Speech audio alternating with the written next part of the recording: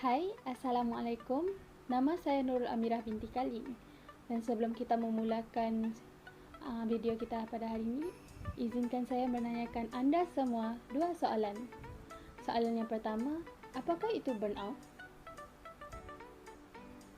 Pernahkah anda mengalami burnout atau masalah tekanan emosi yang melampau? Jika ya, sila share di bawah. Apakah itu tekanan emosi yang melampau? Tekanan emosi yang melampau juga boleh dikenali sebagai burnout. Burnout merupakan keadaan emosi, mental dan keletihan fizikal disebabkan oleh tekanan yang melampau dan secara berpanjangan. Tahukah anda bahawa Kuala Lumpur menduduki tangga yang ke-13 untuk kadar tekanan emosi yang tinggi? Perkara ini sangat membimbangkan ramai pihak. Oleh sebab itu, mari kita kenali tentang faktor-faktor burnout atau tekanan emosi yang melampau. Faktor yang pertama ialah kerja yang berlebihan ataupun berkurangan.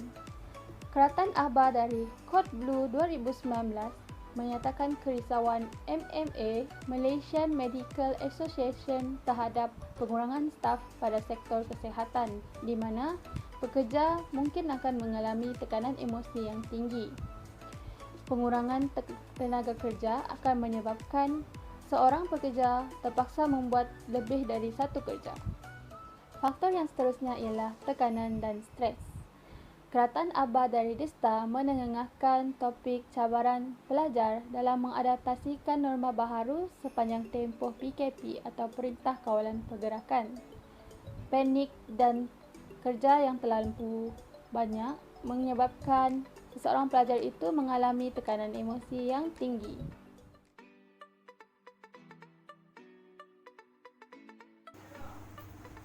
Tanda-tanda burnout terdapat tiga. Yang pertama ialah gejala fizikal, kedua ialah gejala emosi, dan ketiga ialah gejala tingkah laku. Untuk gejala fizikal, seseorang itu dia akan berasa kurang tenaga dan berasa keletihan.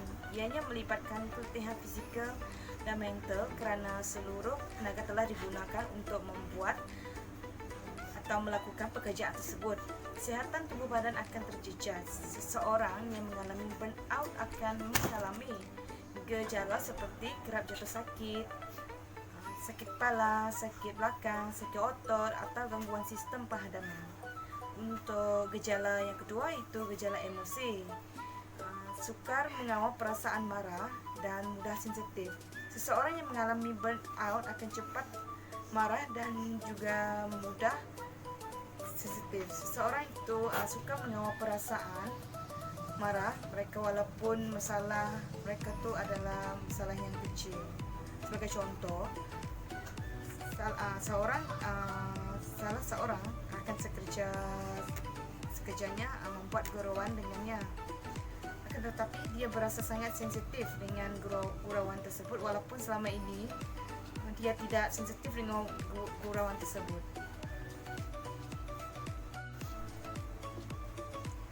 Seseorang itu dia akan hilang fokus dan juga tumpuan semasa bekerja.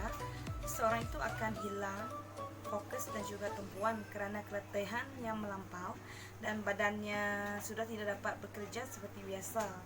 Untuk gejala yang seterusnya iaitu gejala tingkah laku, prestasi kerja menurun. Apabila seseorang itu mengalami burnout, mereka akan merasa keletihan dan kurang tumpuan dalam membuat pekerjaannya.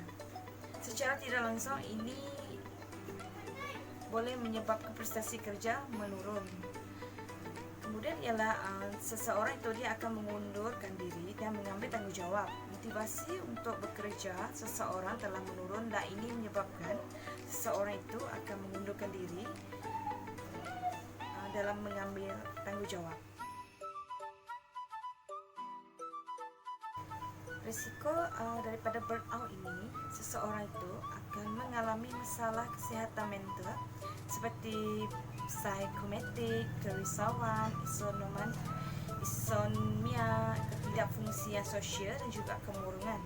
Menurut My Metro pada 12 Julai 2020, Hasil kajian menunjukkan sebanyak 37,6% daripada 159 penuntut yang terperangkap ketika PKP COVID-19 telah dikesan mengalami burnout.